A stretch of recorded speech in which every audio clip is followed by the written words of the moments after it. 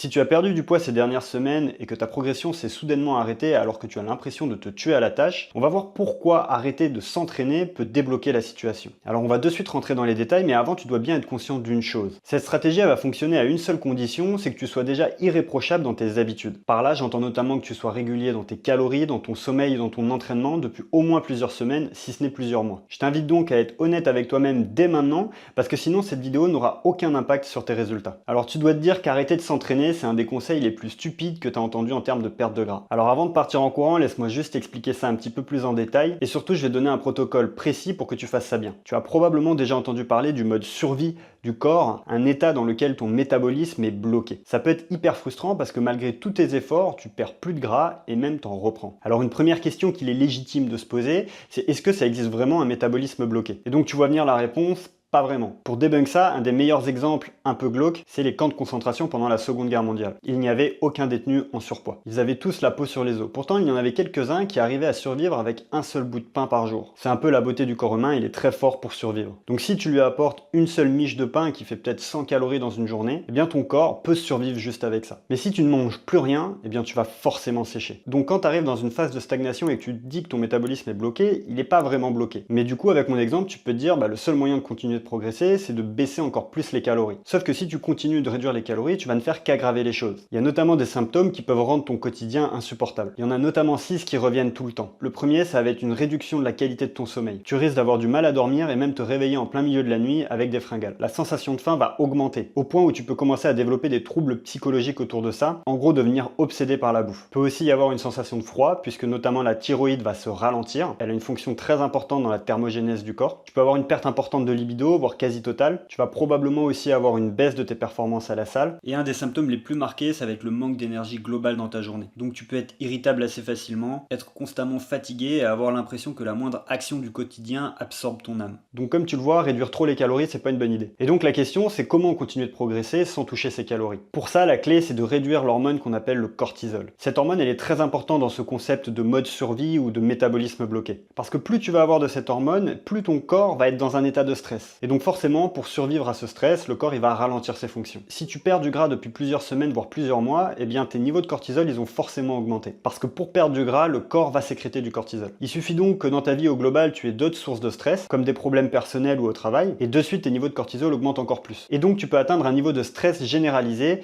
qui bloque ton métabolisme. Donc la raison de ta stagnation, il y a de grandes chances que ce soit juste ça, ce soit juste trop de stress. Et un moyen très simple de confirmer ça, c'est justement de regarder parmi les 6 symptômes que je t'ai donnés juste avant. Si tu te retrouves dans un ou plusieurs, c'est que probablement tes niveaux de cortisol sont trop élevés. Et il y a une activité qui a un impact important sur tes niveaux de cortisol et sur lequel tu as un contrôle total, c'est l'entraînement. Et donc simplement arrêter de t'entraîner pendant quelques semaines, ça peut te permettre de réduire suffisamment tes niveaux de cortisol pour débloquer ta situation. Tu peux même profiter du temps que tu vas gagner pour faire des activités relaxantes, comme de la méditation, des exercices de respiration, de la marche en nature, etc. Toute activité qui va te relaxer sera bonne à prendre dans cette période. Tu peux aussi évidemment prendre plus de temps pour régler tes problèmes perso ou professionnels. Comme ça, tu crées un environnement global qui va réduire tous tes niveaux de stress pendant 1, 2, 3 semaines. Et du coup, là, tu peux avoir une question importante, c'est est-ce que je vais perdre du muscle si j'arrête de m'entraîner pendant 2 semaines? Et la réponse est que même si tu en perds un petit peu, tu vas tout reprendre très vite derrière. Parce qu'il y a notamment ce qu'on appelle la mémoire musculaire qui est assez bien documentée aujourd'hui. Et donc même si tu perds un tout petit peu de muscle pendant ces 2 semaines, tu le reprendras très vite derrière. Mais surtout, tu auras complètement débloqué ton palier et tu pourras même prendre encore plus de masse musculaire. D'ailleurs, si tu stagnes et que tu veux qu'on rentre en détail dans ta situation, n'hésite pas à réserver un appel directement avec moi.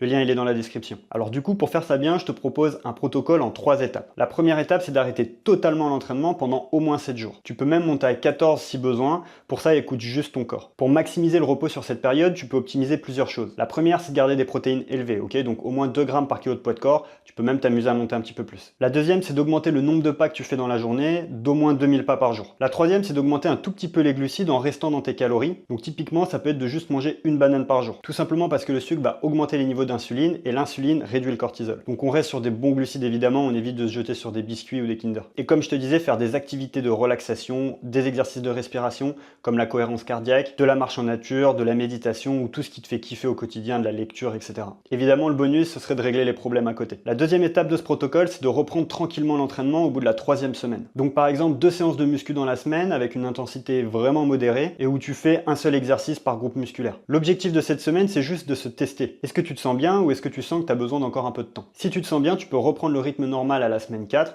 et d'ici là, tu devrais avoir vu ton poids tomber. Si tu sens que tu as besoin d'encore un peu de temps, n'hésite pas à te prendre une semaine de plus. Voilà, comme on dit, il n'y a plus qu'à. Je te remercie d'avoir regardé cette vidéo. Laisse-moi en commentaire les résultats que tu as obtenus et je te dis à très vite. Ciao!